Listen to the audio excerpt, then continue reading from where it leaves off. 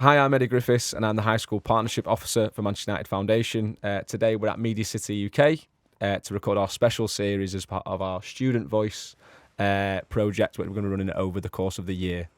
We're actually joined by Jayden, Millie and Ruby from Great Academy Ashton, and it's fantastic to have you guys here today. Let's get started. Let's speak about it. Our first topic's going to be speaking about anti-bullying.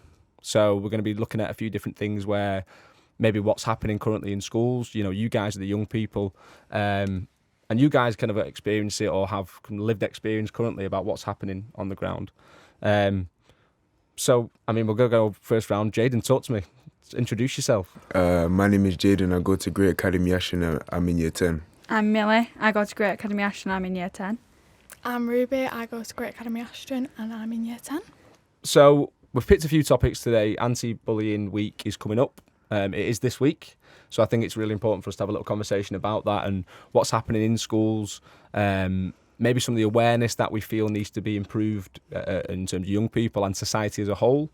So kind of, what do you think about it? What are your thoughts and feelings on bullying at the minute?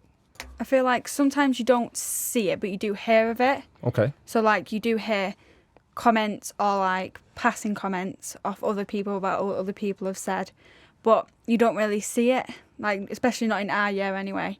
It's not really a known thing to bully someone or make fun of someone, but you can hear passing comments or things that have been said in the past that probably could have affected the person at the time or still. Okay, so you said your year group. Does that think just your year group, or you think as a school as a whole, or? I feel like sometimes younger ages it can be a bit more known to bully someone, as it could be seen as cool or just following the crowd to try and fit in. All right, okay. But I feel like I've never heard it off any other year. But obviously I can only speak of experience in like my year. But I haven't heard any that could be known as bullying. So when you say you see or hear bullying, what type of bullying are we talking about? What happens in school at the minute? I feel like more cyberbullying is more common than more of the in-person stuff. Okay. Because I feel like people are a lot more comfortable like texting online and saying something negative to somebody instead of saying it like in person. Right, yeah. Because there's no like physical consequence to that. Yeah, and there's almost like a barrier, isn't there? Like something you can hide behind. And we're going to go on to that later on in terms of the other topic we speak about. So you said there's cyberbullying. What other types of bullying do you think happens in schools? Probably like verbal. Okay. Because like that's more common really. Right. You hear it about more. Especially with verbal is that you can see a big group of people maybe having a laugh or saying some things which could be deemed as maybe having a laugh. Yeah? Go on, what do you think about that then? Because is that something that you think happens or? Probably it is. Yeah, I think there's a blurred line between banter and bullying at the moment. Like, everyone will say it's a joke. Like, I'm only having a laugh is what you usually hear everybody say. Yeah. But I feel like they don't understand the effect that could have on someone, especially if they're already insecure about it or already have that fear of somebody making fun of them for it. Then I think it could be more deep-rooted and more things can happen. But maybe they don't say it's hurting the feelings because they're part of the friend group and they'll probably laugh about it when they say it and like have a laugh back and like say yeah I know. But I feel like when they go home and behind closed door, it does affect them a lot more than they let on. I think you're right. There's definitely a blurred line between a laugh, having a bit of banter, maybe saying something that you might know someone's conscious about, whether it's them directly or them, their mum, dad, whatever it may be. Again, these comments happen, don't they? And I think there has to be an understanding that that's not right. Because Millie spoke about it then, is that the situations where you hear it or you're part of it and you don't do anything, again, is that becomes a bit of an issue, doesn't it? What do you think of that? It's like a bystander. Go on, what do you mean? It's like someone who doesn't do anything about it when they see it or hear about it. Okay. So I feel like they're people like that are scared to say something because they like feel like they're gonna get it on them. Okay. Well, why is that? Because no one wants to be the victim of bullying. Like no one wants to feel down about how they look or anything. Yeah. So, how do we change that? Is it possible to change that in schools? Because is it possible to change that in friendship groups where them comments are made that they're not right and they've crossed the line, they've made someone feel sad? Again, it's something that's quite personal. And if you're going to be the bystander, how do we stop that situation happening? What do we need to do as young people to try and counteract that? I think you just need to build more confidence to be able to speak up against it. Okay. Like, I feel like the reason why some people don't stand up to bullying is because they don't want to be seen as or we're just joking. Like, why you always have to be the. I don't know how to explain it. Yeah, I know what you mean. Go on. Yeah, they don't want to be somebody who's messing up the joke or something like that. And I just think that people need more confidence to be able to stand up to bullying to stop other people from feeling bad. Jayden, it's a great point, because if you say it in that group situation of saying why you're saying that, then likelihood is that they're going to be like, why are you all serious all the time? Yeah, why are you trying to ruin the joke? So how would you approach it differently then? Privately, I'd say more of a one-to-one conversation, especially if you're quite good friends with them. Then you should be able to feel comfortable enough to say maybe that wasn't right to say at the time, and maybe you should apologise, or just don't say it again and try to be nicer. But I feel like sometimes that still can be difficult, because you don't want to wreck that friendship that you might have, or you don't want them to distance themselves from you, or maybe think they can't make a joke around you. So I think maybe all of it's a little bit difficult. I feel like there needs to be stopped being such a bad thing talking about bullying. I feel like it needs to be more talked about, in not only on anti-bullying weeks, but more just not constantly, but more people are aware of it, and different types of bullying. Because maybe someone doesn't realise they're bullying someone. Sometimes they're like, well, I didn't mean to say it, but sometimes people, as I said, banter and bullying can get mixed up. So I feel like some people need to be shed a light on what is bullying, and when a joke goes too far, if you know what I mean. No, it's a really good point. Statistics say at the minute, a quarter of British pupils in school will be on the receiving end of bullying more than once a month, which is quite a lot, right? How many guys have you got at school? How many guys are at your school? I think 1,300. Yeah, so that. quarter of that. So you've got a lot of people who are going to be the victim of, on the other side of bullying, quite a few times a month, which is horrible, right? It's not nice. But you guys at Great Academy Ashton have got a pretty good system in place. Jayden, you were speaking before about the upstanders. If you give us a bit more information on that, that'd be great.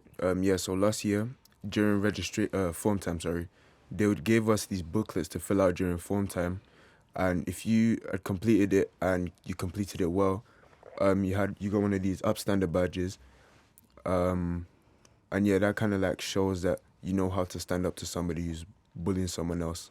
So what is an upstander?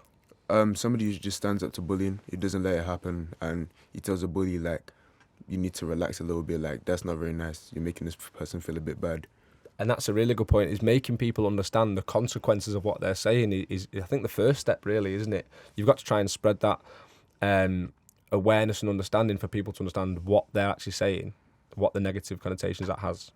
Yeah, so that upstander thing is massive. It's really important. What's your advice for people? So obviously, Jayden, you've got the upstander program and the badge and stuff, and that's great. That's a school-wide project. But what is you three sat here now? What's your advice? That it's not weak. To speak up about it. You're not being the Debbie Downer of the group. You're not taking everything too serious. It is okay to not feel okay about it all, and it is okay to tell people that weren't funny. That did upset me, or that has had an influence of how it makes me feel myself. So I feel like there needs to be stop being such negative opinions on it, and only thinking about the negative to talk about it, and to tell people stop doing that. So I feel like there just needs to be more conversations, and it's not weak to talk about it. It's not, you're not being negative. You're not not being able to take a joke. If it upsets you, then it upsets you, and that's all right. Who do you feel, either in school or outside of school, do you feel you could speak to in regards to if you were on the receiving end of something that was quite hurtful, you'd class as bullying, or if you saw it, who would you speak to?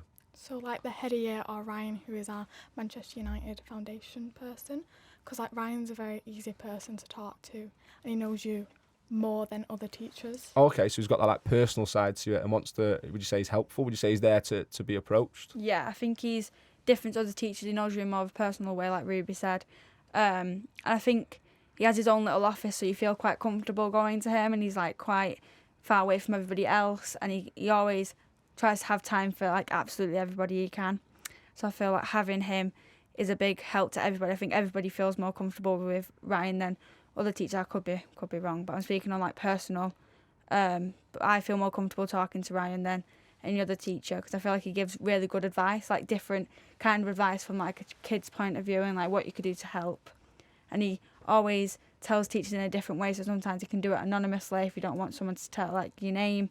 So I feel like he's just got a different view on everything than other teachers. That's really, and it's important. Do you think everyone has that approach, or everyone has that accessibility in school? No, probably not. No, we got lucky. I got lucky, did, Ryan. yeah. I'm not going to tell Ryan that. No, you're right. And I think we just looked at the stats before about how many people will be on the receiving end of bullying. And the reason why there's an anti-bullying week is because it is quite prevalent in terms of what happens in society and what happens in school, not just in the UK, but abroad. And therefore, there's not going to be a situation where pupils have that person who they can speak to.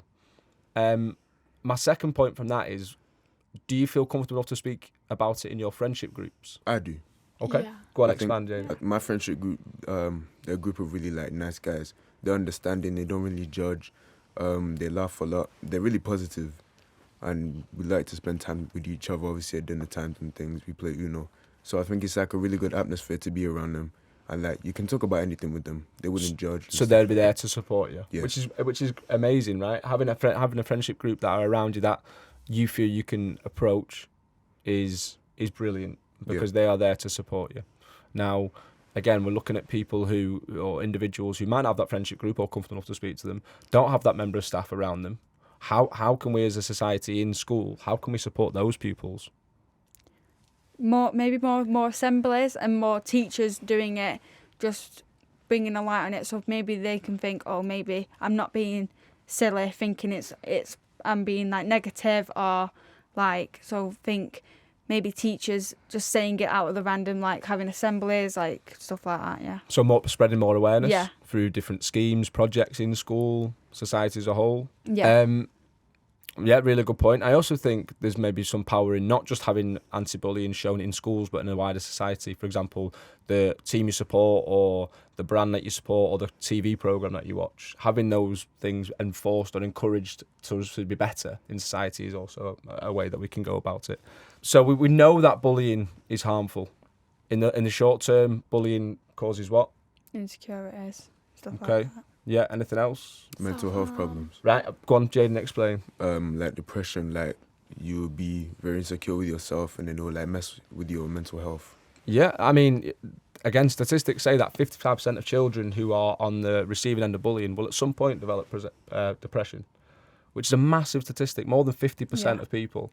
So what we've got to try and do is think about how we can support and raise awareness. So we're going to finalise this little episode by, what would you say we need to do, and advice you would give to either young people, to staff members, to adults, to schools, to communities about bullying? I think getting rid of the narrative that making fun of somebody is cool.